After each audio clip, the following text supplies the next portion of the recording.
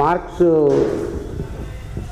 తన serious political theoretical work చేయని సమయంలో మిత్రులతో కుటుంబ సభ్యులతో కలిసి సరదాగా గడిపేటువంటి క్షణాలలో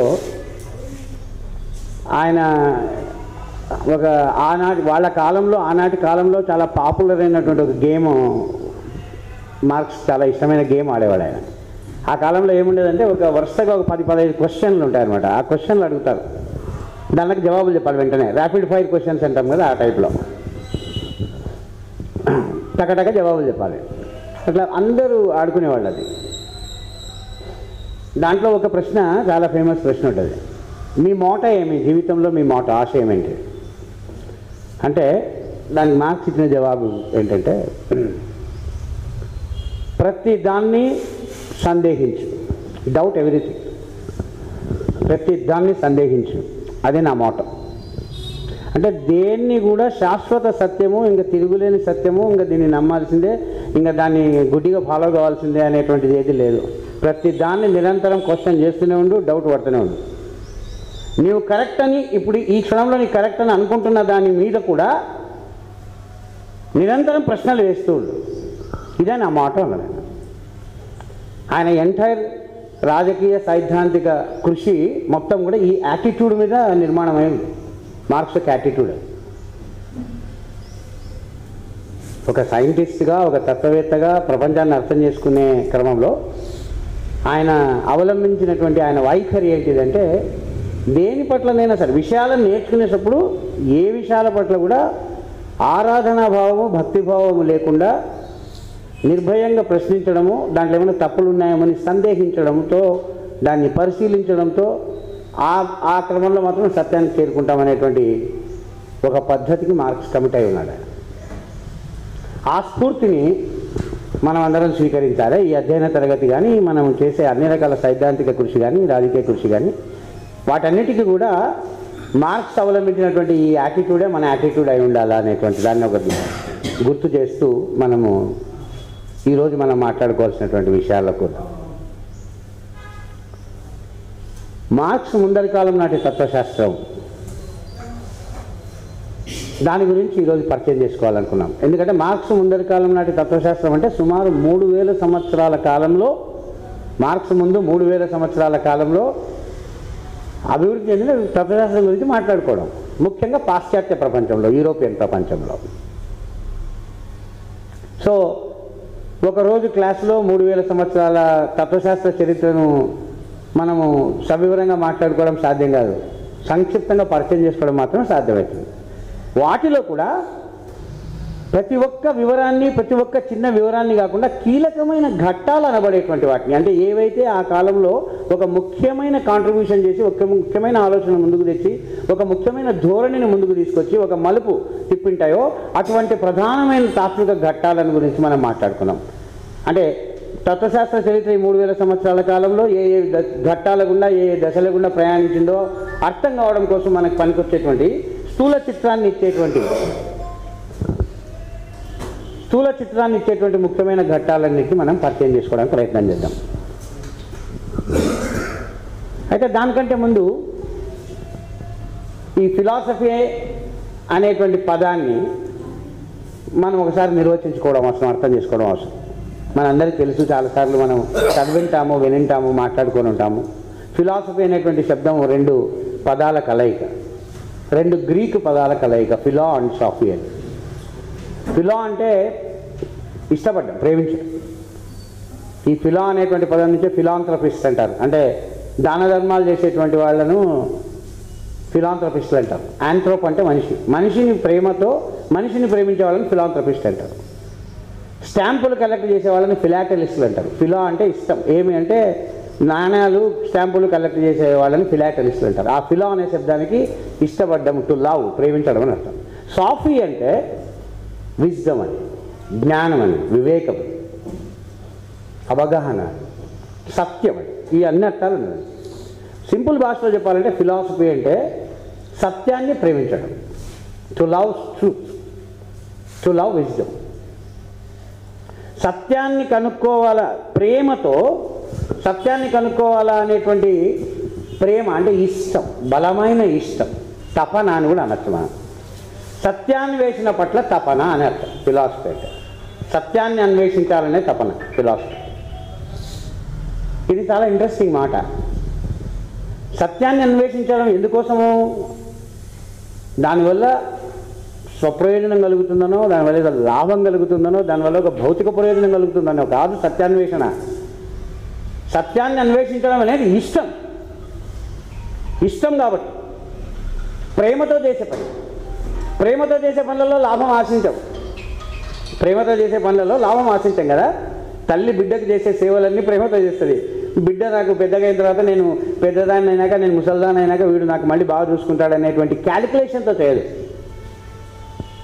చెయ్యాలని ఇష్టం ఉంటుంది కాబట్టి చేస్తుంది. మన స్నేహితులకు ప్రేమతో చేసే పనులు, భార్యాభర్తలు ఒకరికొకరు చేసుకునే పనులు క్యాలిక్యులేషన్తో ఉండవు. ప్రేమతో చేసే పనులలో క్యాలిక్యులేషన్ ఉండవు. సో సత్యాన్ని అన్వేషించడం ప్రేమతో. సత్యాన్ని అన్వేషించినప్పుడు ఈ సత్యాన్ని అన్వేషిస్తే నేను కనుక్కునే సత్యం వల్ల నాకు పలానా లాభం కలుగుతుంది, పలానా డబ్బు వస్తుంది, పలానా అధికారం వస్తుంది, పలానా వ్యక్తిగత ప్రయోజనం కలుగుతుంది అనేటువంటి లాభాపేక్షతో క్యాలిక్యులేషన్తో చేసే పని కాదు ఫిలాసఫీ అంటే. ప్రేమతో సత్యాన్ని అన్వేషించడం అంటే. ప్రేమ అనే పదానికి ఉండే బలం మనకు తెలుసు కదా. ప్రేమలో ఉన్న మనిషి ఒకదాన్ని పట్టుకుంటే వదులుకోవడం కాదు. ఎందుకంటే ప్రేమ అనేది అత్యంత బలమైన శక్తి. ఎన్ని కష్టాలు వచ్చినా, ఎన్ని ఇబ్బందులు వచ్చినా, ఎన్ని అవాంతరాలు వచ్చినా ఆగకుండా ముందుకు సాగిపోయేటువంటి ఎమోషనల్ పవర్ ప్రేమ అనేది.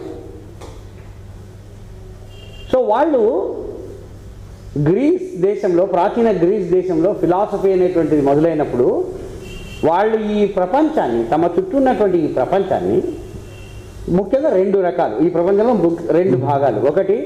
ఒకటి భౌతిక ప్రపంచం అంటే ప్రకృతి, ఇంకొకటి తమ చుట్టూ ఉన్నటువంటి సామాజిక ప్రపంచం, సమాజం. సో ప్రకృతిని, సమాజాన్ని అంటే తమ బయట ఉన్నటువంటి బయట ఉండే ఈ ప్రపంచాన్ని ఎటువంటి నమ్మకాలు లేకుంటే పురాణాల సహాయం లేకుండా కేవలం తమ సొంత తర్కబుద్ధిని ఉపయోగించి, బుద్ధిని, తర్కాన్ని ఉపయోగించి ఈ ప్రపంచం ఎందుకు ఇలా ఉంది, ఎందుకు ఇలా నడుస్తుంది అని అర్థం చేసుకోవాలా అనుకున్నవాడు. ఫిలాసఫీ సత్యాన్ని అన్వేషించాలి, ప్రేమతో సత్యాన్ని అన్వేషించాలి అనుకున్నారు వాళ్ళు. అంటే వాళ్ళు సత్యం తెలుసుకోవాలనే ఇచ్ఛతో బయలుదేరిన వాళ్ళు. అయితే సత్యాన్ని అన్వేషించడానికి వాళ్ళు అనుసరించిన పద్ధతి ఏమిటి అనేది ఇంపార్టెంట్. వాళ్ళు అనుసరించిన పద్ధతి ఏమిటి అంటే రెండు పద్ధతులు. చాలా మొదటి కాలంలో, తొలికాలంలో మనుషులందరూ అన్ని సంస్కృతుల్లో, అన్ని దేశాల్లో మనుషులు తమ చుట్టూ జరిగేటువంటి ప్రకృతి ఘటనలను అర్థం చేసుకోవడానికి ప్రయత్నించినారు. ఎందుకంటే మానవ జాతికి బయట జరిగే సంఘటనల యొక్క కారణం ఏమిటి, అర్థం ఏమిటి తెలుసుకోవాలనేటువంటి ఆత్రం ఒకటి సహజ సిద్ధంగా మనుషులకు ఉంటుంది. మనుషులకు సహజ సిద్ధంగా దానికి వెనుక ఉండే కారణాలు ఏమో తెలుసుకోవాలనేటువంటి ఒక కుతూహలం ఉంటుంది. ఒక చిన్నపిల్లల సైకాలజిస్ట్ ఉంటారు కదా, చిన్నపిల్లల మనస్తత్వ శాస్త్రవేత్తలు, చైల్డ్ సైకాలజిస్టులు ఒక ఎక్స్పెరిమెంట్, ఒక ప్రయోగం చేశారన్నమాట. ఏం ప్రయోగం అంటే ఒక గదిలో ఒక పిల్లిని పెట్టి బయట నుంచి, దానికి కనిపించకుండా బయట నుంచి ఒక బాల్ను దొరికిస్తారు ఆ రూమ్లోకి. గదిలోకి దొరికిస్తే బాల్ గదిలోకి దొరుకుంటూ రావడం మొదలుపెట్టంగానే పిల్లి ఏం చేస్తుందంటే జంప్ చేసి దాన్ని పట్టుకుంటుంది. ఆ బంతి మీద దూకుతుంది అది ఆడుకోవడానికి. పిల్లిని తీసేసి ఒక చిన్నారిని, దోగాడుతున్న ఒక చిన్నారిని, మనిషి, మానవ శిశువును, దోగాడుతున్న ఒక మానవ శిశువును ఆ గదిలో పెట్టి బయట నుంచి బాలును దొరికిస్తే ఆ చిన్నారికి కూడా బాలుతో ఆడుకోవాలని ఆసక్తి ఉంటుంది. కానీ ప్రతిసారి ఆ చిన్నారి ఆ బాలు విసిరిన వాళ్ళు ఎవరని తెలుసుకోవడం కోసము వాకిలి వైపు చూడడం గమనించబడ్డారు. ఏం తెలియజేస్తుంది ఇది? బాల్ వచ్చిన వెంటనే బాల్ మీద దుంకి ఆడుకోవడము పిల్లి చేస్తుంది. కానీ మానవ శిశువుకు ఆడుకోవాలనే ఇచ్చ ఉన్నా ఇది ఎక్కడి నుంచి వచ్చింది, ఎవరిసారు, ఎవరు పంపించారని దానికి కారణం తెలుసుకోవాలని స్వతసిద్ధంగా, సహజాతంగా, ఒక ఇన్స్టింక్ట్ లాగా మానవ శిశువు వాకిలి వైపు చూస్తుంది. ఎక్కడి నుంచి వచ్చింది, ఎందుకు వచ్చింది అని. ఏమీ తెలియదు, మాటలు కూడా రాని శిశువు. ఎందుకంటున్నానంటే మనిషికి తన చుట్టూ జరుగుతున్న సంఘటనల ఎందుకు జరుగుతున్నాయి, ఎందుకు అనేటువంటి ప్రశ్న వేసుకోవడానికి భాష కూడా రాకముందే ఆ ప్రశ్న ఉంటుంది. ఎందుకు అనే పదం నేర్చుకోవడానికి కొంచెం టైం పడుతుంది. ఆ ప్రశ్న రూపంలో దాన్ని సంధించడానికి టైం పడుతుంది. కానీ భాష కూడా రాకముందే వాని మనసులో ఉండే ఒక ఏర్పాటు ఏమిటి, మానవజాతికి ఉండే ఏర్పాటు ఏమిటంటే జరుగుతున్న సంఘటనలు ఎందుకు జరుగుతున్నాయి అనేటువంటిది తెలియకుండానే సహజాతంగా వస్తుంది. ఆ తర్వాత ఆ సహజాతము వికాసం చెంది ఒక శక్తిగా మారుతుంది. సహజాతం అంటే పుట్టుకతో వచ్చింది. తర్వాత క్రమంలో మనిషి ఆ సహజాతము బయటకు వచ్చి బుద్ధిశక్తి లేదా తర్కబుద్ధి హేతుబద్ధంగా ఆలోచించడం అనే ఒక శక్తిగా రూపాంతరం చెందుతున్నది, వికాసం చెందుతున్నది.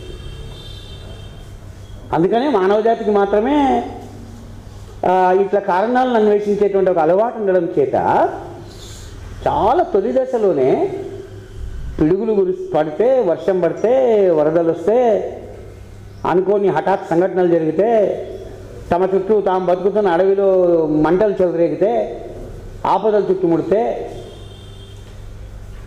తల్లి ఉన్నట్టుండి తమ పాటే ఉండేటువంటి ఒక స్త్రీ గర్భంలో నుంచి ఒక శిశువు బయటకు వస్తే, లేదా తాము పెంచుకుంటున్న పశువుల గర్భంలో నుంచి ఇంకొక శిశువు బయటకు వస్తే, ఈ జరుగుతున్న ప్రాకృతిక ఘటనలన్నింటినీ ఇవి ఎట్లా జరుగుతున్నాయని అర్థం చేసుకోవాల్సినటువంటి అవసరం మనిషికి ఉంటుంది. జంతుజాలంలో కూడా ఇవన్నీ జరుగుతాయి. మిగిలిన జంతువులు కూడా పిడుగులు అనుభవిస్తాయి. మిగిలిన జంతువులకు కూడా ఈ ప్రకృతి సంఘటనలు జరుగుతాయి. మిగిలిన జంతు జాతులు కూడా పిల్లల్ని కంటాయి. తమ చుట్టూ కూడా ప్రకృతి ఉంటుంది. ప్రకృతిలో ఘటనలు ఇవే జరుగుతుంటాయి. మానవ జాతి ఏ ప్రకృతి ఘటనలను చూస్తుంటుందో ఆ ఘటనలన్నింటినీ ఇతర జంతువులు కూడా చూస్తాయి. అయితే ఇవి ఎందుకు జరుగుతున్నాయి అని కారణాలను వెతికి వాటికి ఏదో ఒక వివరణ ఇవ్వాలనేటువంటి తాపత్రయము వాటికి ఉండదు. కానీ మనిషికి వాటికి వివరణ కావాలి. ఇవి ఎందుకు జరుగుతున్నాయో తెలియాలి. ఒకటి, ఎందుకు జరుగుతున్నాయో తెలియాలి. రెండోది, ఈ జరుగుతున్న సంఘటనల యొక్క అర్థం ఏమిటో తెలుసుకోవాలనేది ఉంటుంది మనకి. ఇవి రెండు తెలుసుకోవాలి. ఒకటి కారణం తెలుసుకోవాలా, రెండు దాని మీనింగ్ ఏమిటి, దాని అర్థం ఏమిటి అని తెలుసుకోవాలి. అంటే ఏమన్నా ఉద్దేశంతో జరుగుతున్నాయా అని. సో కారణాలను అర్థాలను వెతికేటువంటి పనిని మనిషి ఆదిమకాలంలోనే మొదలుపెట్టాడు. దాంట్లో నుంచి పుట్టుకొచ్చినవే రకరకాల పురాణ గాథలు. అన్ని పురాణ గాథలు కూడా తమ చుట్టూ జరుగుతున్నటువంటి సంఘటనలు, ఆకాశంలో జరుగుతున్నవి, అంతరిక్షంలో జరుగుతున్నవి, భూమి మీద జరుగుతున్నవి, అడవిలో జరుగుతున్నవి, తన చుట్టూ జరుగుతున్న ప్రకృతి ఘటనలు, దీని వెనకాల కారణం ఏమిటి, దీని అర్థం ఏమిటి అని వాడు తల్లడిల్లిపోతూ ఆలోచిస్తూ, తనకు తోచిన మేరకు, తనకు ఎంత మేరకు సాధ్యమవుతుందో అంత మేరకు ఆలోచిస్తూ వాడు చెప్పుకున్న సమాధానాలే పురాణ గాథలు అవుతాయి. అర్జునుడు శరవేగంగా ఆకాశంలో పోతున్నాడు కాబట్టి ఆయన రథంకు ఉండేటువంటి చీల ఇరిగి నేల మీద పడితే అదే పిడుగు అని, లేకుంటే పైన ఒక దేవుడు కూర్చొని ఉంటాడు, ఆయన శక్తి వల్లనే వర్షాలు పడుతున్నాయి, వరుణదేవుడు అనేటువంటి ఒక దేవుడు ఉంటాడు, లేదా మెరుపునే ఆయుధంగా చేసుకొని ఉన్నటువంటి వజ్రాయుడు ఉన్న ఇంద్రుడు అనే ఒకడు ఉంటాడు. ఈ పురాణ గాథలన్నీ కూడా మెరుపును, పిడుగును, వర్షపాతాన్ని, అగ్నిని, చుట్టూ ఉండేటువంటి ఈ ప్రకృతి శక్తులన్నింటినీ దాని వివరించడం కొరకు వాళ్ళు సృష్టించుకున్నటువంటి వివరణలే అవి. అయితే హేతుబుద్ధి వికాసం చెందలేదు కాబట్టి, కార్యకారణ సంబంధాలను కరెక్ట్గా అర్థం చేసుకునే శక్తి లేదు కాబట్టి, అయినా కారణాలను వెతకడం మానడు కాబట్టి ఈ కల్పనలు, ఈ కథలు, ఈ పురాణాలు వస్తాయి. మనం ఈరోజు పురాణాలంటే అవి మూఢనమ్మకాలు, అర్థం లేనివి అని కొట్టేస్తాం. కానీ అనాది మానవుని హేతుబుద్ధిలో నుంచి కారణాలు వెతకాలని అనే తపనలోంచి పుట్టుకొచ్చిన విషయాన్ని కూడా మనం మర్చిపోకూడదు. దాన్ని పౌరాణిక దశ అంటాం. మనిషి యొక్క ఎదుగుదలలో దాన్ని పౌరాణిక దశ అంటాం మనం. ఈ పౌరాణిక దశ ప్రతి సమూహము, మానవ సమూహము ఏ ఖండంలో ఉన్నా, ఏ మారుమూలలో ఉన్నా, అడవిలో ఉన్నా, ఎడారి పక్కన బతుకుతున్నా, లేకుంటే మంచు ఎడారుల్లో బతుకుతున్నా, ఏ శీతోష్ణ వాతావరణంలో బతుకుతున్న సమూహాలైనా సరే తమ చుట్టూ ఉండేటువంటి ప్రకృతిని, పరిసరాలను అర్థం చేసుకోవడం కొరకు కొన్ని కథలను సృష్టిస్తాయి. కథలు కాదు అవి, యాక్చువల్గా కథనాలు అవి, నిజానికి వివరణలు అవి, వాళ్ళకు తోచిన వివరణలు అవి. ఆయా ప్రాంతాల కథలుగా, కథనాలుగా, గాథలుగా, పురాణాలుగా మారుతాయి. అవి వాళ్ళ సంస్కృతిలో పార్ట్ అయిపోతాయి. అందుకే మనము ఒకరితో ఒకరు సంబంధం లేకుండా మానవ సమూహాలు ఈ భూమండలం అంతా వ్యాపించి ఉన్నాయి కదా. అసలు రెండు మహాసముద్రాల మధ్యలో ఉన్నటువంటి అమెరికా ఖండం, అటువైపు పసిఫిక్ మహాసముద్రం, ఇటువైపు అట్లాంటిక్ మహాసముద్రం, రెండు మహాసముద్రాల మధ్యలో ఉండేటువంటి అమెరికా ఖండంలో కూడా యూరోపియన్స్ అక్కడికి పోకముందే జీవిస్తున్న జాతులు ఉన్నాయి కదా. అంటే ఆది మానవుడు మరి అప్పుడు అక్కడికి ఎట్లా పోయింది అలా? అక్కడ అంటే ప్రతి ఖండంలో మానవులు ఉన్నారు. ఆస్ట్రేలియాలో ఉన్నారు, ఆర్కిటిక్లో తప్ప మిగిలిన అన్ని ఖండాల్లో మనుషులు ఉన్నారు. ఎప్పటి నుంచి ఉన్నారు తెలియదు, వేల సంవత్సరాల నుంచి ఉన్నారు. కనీసం ఒక 20,000 సంవత్సరాల నుంచి ఉన్నారు. అందరికీ వాళ్ళదైన సొంత కథలు ఉన్నాయి, వాళ్ళదైన సంస్కృతి ఉంది, వాళ్ళదైన పురాణాలు ఉన్నాయి. విచిత్రం ఇది. ఏదో ఒక ప్రత్యేక ప్రాంతంలో జీవించేటువంటి మానవ సమూహాలకు మాత్రమే ప్రత్యేక లక్షణం కాదు ఇది. మానవ సమూహం ఎక్కడుంటే అక్కడ ఒక కథనం ఉంటుంది, ఒక పురాణం ఉంటుంది. ఇవన్నీ కూడా తమ చుట్టూ ఉండేటువంటి ప్రకృతిలో వచ్చేటువంటి మార్పులను వివరించడంతో సంబంధం కలిగి ఉంటాయి. అంటే ఋతువులు ఎందుకు మారుతున్నాయనేది ఒక కథ ఉంటుంది. అంటే ప్రకృతి చక్రాన్ని, ప్రకృతి వలయాలను అర్థం చేసుకునే క్రమంలో పుడతాయి. ఎందుకు నేను ఈ వివరంగా చెప్తున్నానంటే ఈ పౌరాణిక దశ అనేది అనివార్యంగా ఉంటుంది. ఈ పౌరాణిక దశ కంటే ముందు దశ ఒకటి ఉంది. ఇంకా కథలు కల్పనలు సృష్టించడానికి కూడా ఇంకా శక్తి ఇంకా డెవలప్ కాకముందు. ఎందుకంటే కథలు కల్పనలు సృష్టించాలంటే భాష డెవలప్ అయినాల, భాష వృద్ధి చెందిండాల. ఇంకా భాష కూడా పూర్తిగా వికాసం చెందకముందు, భాష వస్తే కదా ఊహలు చేయడం సాధ్యమవుతుంది. ఎందుకంటే మనిషి మెదడు ఊహలు చేయడం కానీ ఆలోచనలు కానీ భాష ద్వారా చేస్తాం. భాష రాని మనిషి ఊహలు చేయలేడు, ఆలోచనలు కూడా చేయలేడు. భాషకు ఆలోచనకు, భాషకు ఊహకు సంబంధం ఉంది.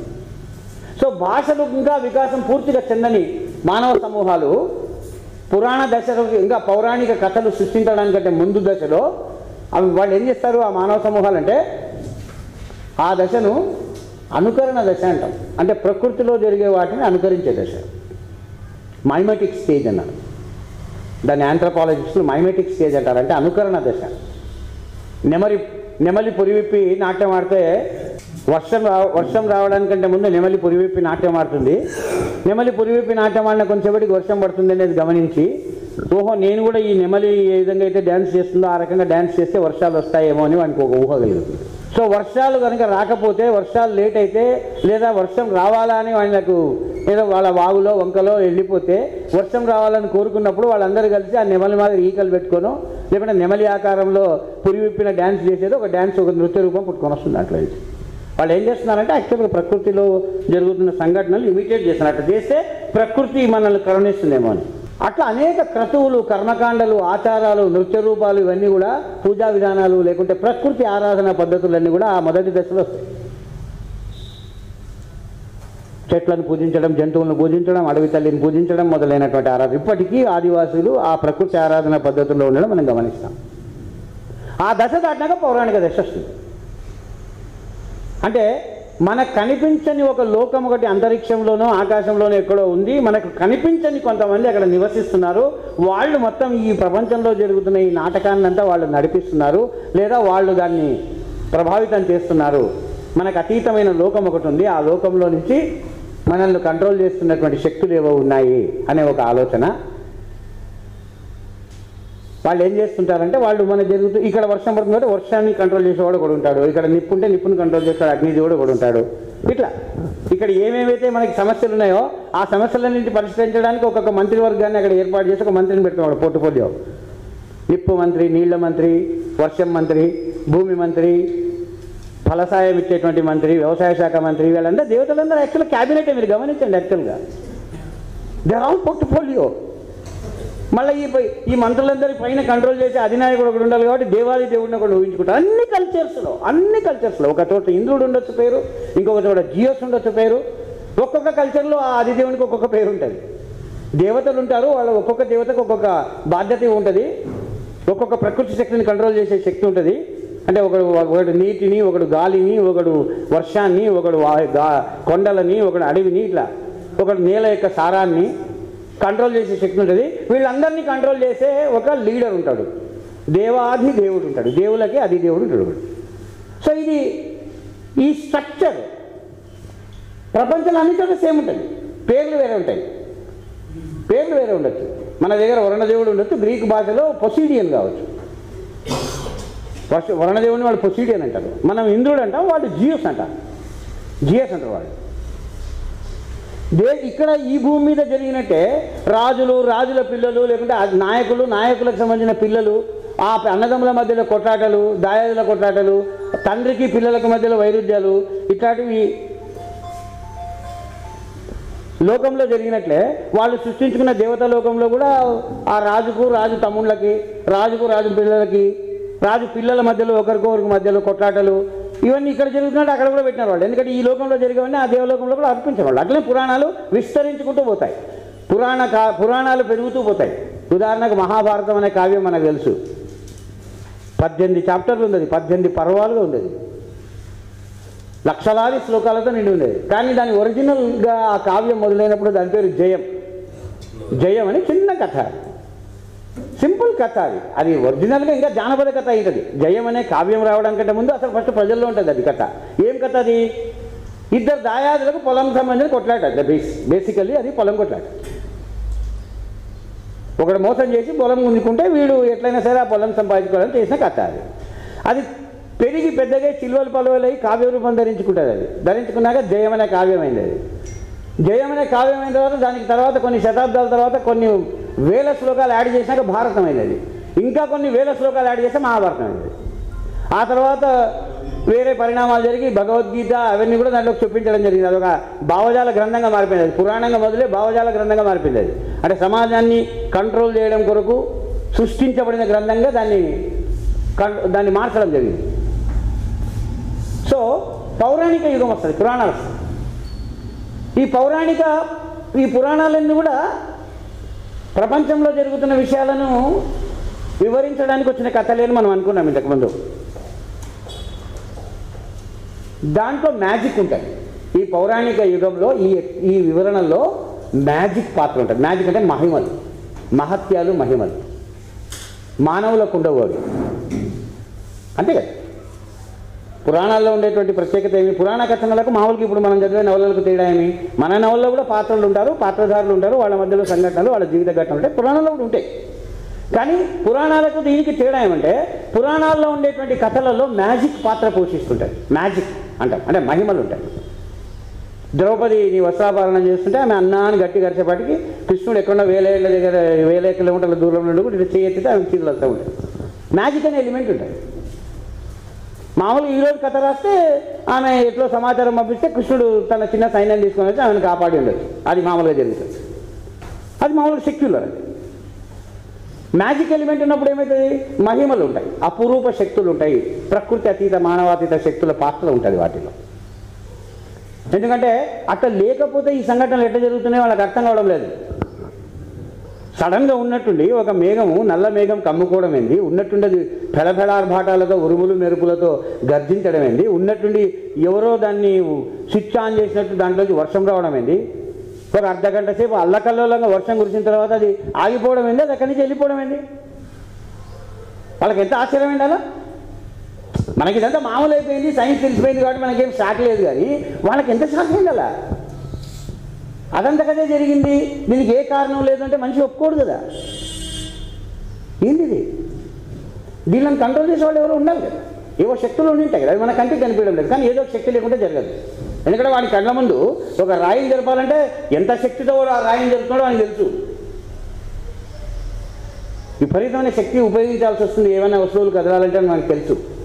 కాబట్టి ఇంత ప్రచండమైన తుఫాన్ ఏంటి, చెట్లు ఎగిరిపోవడాలు ఏంటిది, పెద్ద పెద్ద చెట్లు పోవడం ఏంటి, అడవి సముద్రం విజృంభించి కిలోమీటర్లు ముందుకు రావడం ఏంటి ఉప్పెనొచ్చి, ఇవన్నీ ఇంత పెద్ద కదలికలు జరగాలంటే, ఇన్ని చలనాలు జరగాలంటే వీటన్నిటిని చలింపజేస్తున్నటువంటి ఒక ప్రచండమైన శక్తి ఏదో ఉండాలనే ఆలోచన వస్తుంది. అంటే చాలా హేతుబద్ధమైన ఆలోచన. ఏదో ఒక శక్తి పని చేయకుండా ఇవన్నీ ఎలా కదులుతాయి అనే ఆలోచన ఎంత హేతుబద్ధమైంది కదా. అయితే వాడు ఎత్తుకునే కారణాలు తప్పుడు. ఎందుకంటే ఆయన కారణాలు తెలియవు కాదు, ప్రాకృతికమైన కారణాలు తెలియవు కదా, సహజమైన కారణాలు ఏవో తెలియదు అని. కాబట్టి ఆది మానవుడు లేకుంటే ఆ కాలం నాటి మనుషులు ప్రకృతికి అతీతమైన కారణాలు వెతుకున్నారు, ప్రకృతికి బయట కారణాలు వెతుకున్నారు. ప్రకృతిలోనే దీనికి కారణాలు ఉంటాయనే విషయం తెలియడానికి ఇంకా చాలా కాలం పడుతుంది మనిషికి. ప్రకృతికి బయట చాలా ఉన్నాయేమో కారణాలు కూడా. ఎందుకంటే కంటికి కనిపించనిదంతా కూడా ప్రకృతికి బయట ఉన్నదని ఆయన. ప్రకృతిలో ఉంటే అది కనిపించాలి కదా. ఆ కారణం అయితే కనిపించడం లేదంటే అర్థమేమి? ఆ కారణం అయితే ఉంది, ఏదో శక్తి అయితే ఉంది, కానీ అది నాకు కనిపించడం లేదంటే అర్థమేమి? నా దృగ్విషయానికి అందదు, నా ఇంద్రియాలకు అందనటువంటిది అది. నా చూపుకు అందదు, నా ముక్కుకు అందదు, నాకు వాసన తెలియదు, దాన్ని నేను తాకలేను, దాన్ని నేను ముట్టుకోలేను, అది నా కంటికి అగుపించదు, నాకు వినిపించదు అది. కానీ ఉంది అది. అంటే ఇంద్రియాతీతమైన, ప్రకృతికి అతీతమైన ఒక శక్తి ఏదో లేదా కొన్ని శక్తులేవో ఉన్నాయి. అవి ఈ ప్రకృతిని కదిలిస్తున్నాయి, నా జీవితాన్ని అవి ఒక రకంగా ఇండైరెక్ట్గా డైరెక్ట్గా కంట్రోల్ చేస్తున్నాయి అనేటువంటి ఒక ఆలోచనల నుంచి పౌరాణిక యుగం ప్రారంభమవుతుంది. ఈ పౌరాణిక యుగం సుమారు కొన్ని వేల సంవత్సరాలు నడిచింది. ఉదాహరణకు మన దేశం ఇప్పటికి కూడా పౌరాణిక యుగంలోనే ఉంది అని వాదించే వాళ్ళు ఉన్నారు. ఆధునిక క్యాలెండర్ ప్రకారం 2022 వచ్చి ఉండొచ్చు, లేకుంటే 2023 మొన్ననే వచ్చింది, కొత్త సంవత్సరం కూడా వచ్చింది, వేడుకలు కూడా చేసుకుండొచ్చు, మనకు టెక్నాలజీ ఉండొచ్చు, మనం రాకెట్లు పంపించవచ్చు. కానీ ఆ రాకెట్ను పంపించే ముందు వెంకటేశ్వర స్వామి కాళ్ళ దగ్గర పెట్టడం మర్చిపోము, చెంగాలమ్మ గుడి దగ్గర పెట్టి టెంకాయ కొట్టడం మర్చిపోము. పురాణ పాత్రలు ఈ సమాజాన్ని కదిలించినంతగా సైంటిఫిక్ డిస్కవరీస్ పెద్దగా కదిలించవు. పురాణ పాత్రలు కదిలించినంతగా లక్షల కోట్ల మందిని కదిలిస్తాయి. కుంభమేళాలో పోయి చూసుకోండి, కర్వా చౌత్ చూసుకోండి, లేకుంటే కావడియా అని అంటారు, అంటే 2 భుజాల మీద కావడి మోసుకొని హరిద్వార్ వరకు నడుచుకుంటూ పోతారు. బీహార్ నుంచి జార్ఖండ్ నుంచి ఛత్తీస్గఢ్ నుంచి లక్షల మంది కావడి మోసుకుంటూ కాలినడకతో హరిద్వార్కు వెళ్ళి గంగలో ఆ 2 కుండల్లో గంగాజలాన్ని నింపుకొని మళ్ళీ వాపసు వచ్చి వాళ్ళ ఊర్లో ఉండే శివలింగం మీద పోస్తారు. ప్రతి సంవత్సరం కావడి అంటారు. ఎంతమంది వస్తారంటే ఆ రోడ్ల మీద ట్రాఫిక్లు నిలిపేస్తారు, వాళ్ళకు దారిలో పొడుగుతారు, వాళ్ళకి మంచినీళ్ళు తిండి పెట్టే పండాలు చేపడతాయి. ఇప్పుడు ఏదో అయ్యప్పలకు ఎట్లయితే చేస్తారో అట్లా. కర్ణాటక రాయచూరు నుంచి ఎక్కడెక్కడి నుంచో మారుమూల నుంచి శ్రీశైలానికి ప్రతి సంవత్సరం ఫిబ్రవరి నెలలో నడుచుకుంటూ పోతారు. పండరిపూర్ విఠలుని చూడడం కొరకు మహారాష్ట్ర నలుమూలల నుండి, కర్ణాటక నుండి, తెలంగాణ నుండి కొన్ని లక్షల మంది కాలినడకతో పండరిపూర్ పోతారు. వర్కారి అంటారు దాన్ని. కుంభమేళ జరిగితే కొన్ని లక్షల మంది పోతారు అక్కడికి. అంటే మతము, మత ప్రతీకలు, పురాణాలు, పురాణ పాత్రలు మనుషులను కదిలిస్తున్నాయి, సజీవంగా బతుకున్నాయి. ఇంకా పురాణాలు కావవి, అవి ఖచ్చితంగా నిజమవి. కాబట్టి పౌరాణిక యుగం అంటే అదేదో 1000 ఏళ్ల కింద అయిపోయిందని నమ్మవు అనుకోకూడదు. చాలా సమాజాల్లో పౌరాణిక యుగం ఇప్పటికీ చాలా యాక్టివ్గా ఉంది. పౌరాణిక దశ దాటిన తరువాత మాత్రమే తత్వశాస్త్ర యుగం ప్రారంభమవుతుంది. అది చెప్పడం కొరకు ఇదంతా అయిపోయింది. గ్రీసు దేశంలో క్రీస్తుపూర్వం 6వ శతాబ్దానికి గ్రీకు పురాణ గాథలు కూడా మామూలు పురాణ గాథలు కాదవి, మనల్ని మించిన పురాణ గాథలు అవి. ఎందుకంటే మనము గ్రీసు దేశ ప్రజలము, మనం అందరం కూడా ఒకే కుదురుకు చెందిన వాళ్ళం. అందరం కూడా సెంట్రల్ ఏషియన్ స్టెప్పీలు అంటే ఇప్పుడు ఉక్రెయిన్ అని ఏదైతే అంటున్నామో యుద్ధం జరుగుతుంది కదా, ఆ ఉక్రెయిన్ ప్రాంతం నుంచి బయలుదేరిన జనమే కొంతమంది పశ్చిమానికి పోయి యూరోప్కు, కొంతమంది దక్షిణానికి వచ్చి ఇట్లా భారతదేశం వరకు వ్యాపించినారు. వీళ్ళంతా ఒకే జనం, ఇండో యూరోపియన్ జనం అంటారు వీళ్ళని. వీళ్ళు మాట్లాడే వందలాది భాషలు ఒకే భాషా కుటుంబానికి చెందినవి, ఇండో యూరోపియన్ భాషా కుటుంబానికి చెందినవి. వీళ్ళ భాషలలో కూడా పోలికలు ఉంటాయి, వీళ్ళ భాషల్లో ఉండే గ్రామర్లో కూడా పోలికలు ఉంటాయి, వీళ్ళ పురాణ గాథలలో కూడా పోలికలు ఉంటాయి. ఎందుకంటే ఒరిజినల్ పురాణాలు ఒకే కుదురు నుంచి బయలుదేరి అక్కడికి ఇక్కడికి పోయినాయి. కొంచెము ప్రాంతాలు పోయే కొద్దీ కొంచెం ఆ కథలలో మార్పులు వచ్చినాయి. అటు పశ్చిమానికి పోయి గ్రీకు వైపు పోయినప్పుడు కొన్ని మార్పులు వచ్చినాయి, ఇటు దక్షిణానికి వచ్చి ఇండియాకి వచ్చినప్పుడు కొన్ని మార్పులు వచ్చినాయి. కానీ ఒరిజినల్గా పురాణాల స్ట్రక్చర్ ఒకటే ఉంటుంది. కాబట్టి గ్రీకు దేశ పురాణాలు కూడా మన పురాణాలు లాంటివే. ఎన్ని పోలికలు ఉంటాయంటే అన్ని పోలికలు ఉంటే ఆశ్చర్యపోతాం మనం. ఆల్మోస్ట్ చాలా దగ్గర పోలికలు ఏదైతేనే వాళ్ళకు. అందుకనే దాదాపు ఒక 2000 సంవత్సరాల పాటు పౌరాణిక యుగం నడిచింది గ్రీస్లో కూడా. క్రీస్తుపూర్వం 6వ శతాబ్దానికి ముందు ఒక 1500 ఏళ్ల ముందు పౌరాణిక యుగం నడిచింది. మన దగ్గర ఎట్లయితే నడిచిందో అక్కడ కూడా నడిచింది. మనకు వాళ్ళకి పోలికంటే మనకు క్రీస్తుపూర్వం 6వ శతాబ్దం నాటికి ఇక్కడ మనకు చార్వాకులు, బౌద్ధము, జైనము, తర్వాత వేదానికి అనుబంధంగానైనా కానీ తర్కబుద్ధిని ఉపయోగించినటువంటి తాత్విక దర్శనాలు అంటే న్యాయము, యోగము, వైశేషికము, సాంఖ్యము లాంటి దర్శనాలు, ఫిలాసఫీసు ఇక్కడ కూడా పుట్టినాయి. చాలా పోలిక మనకు గ్రీస్ దేశానికి. దాదాపు సుమారు ఒకటే టైంలో క్రీస్తుపూర్వం 6వ శతాబ్దము ప్రాంతంలోనే మన దగ్గర వాళ్ళ దగ్గర 2 చోట్ల కూడా పౌరాణిక పురాణాలు చెప్పే వివరణలతో తృప్తి చెందక సొంత హేతుబుద్ధి ద్వారా వివరణలను కనుక్కుందామనే ప్రయత్నం 2 చోట్ల మొదలైంది. అయితే మనం ఇప్పుడు పశ్చిమ దేశాలకు సంబంధించినది కాన్సన్ట్రేట్ చేస్తాం కాబట్టి ఈ తత్వశాస్త్ర వికాసం అక్కడ ఎట్లా జరిగిందని మనం చూడాలి.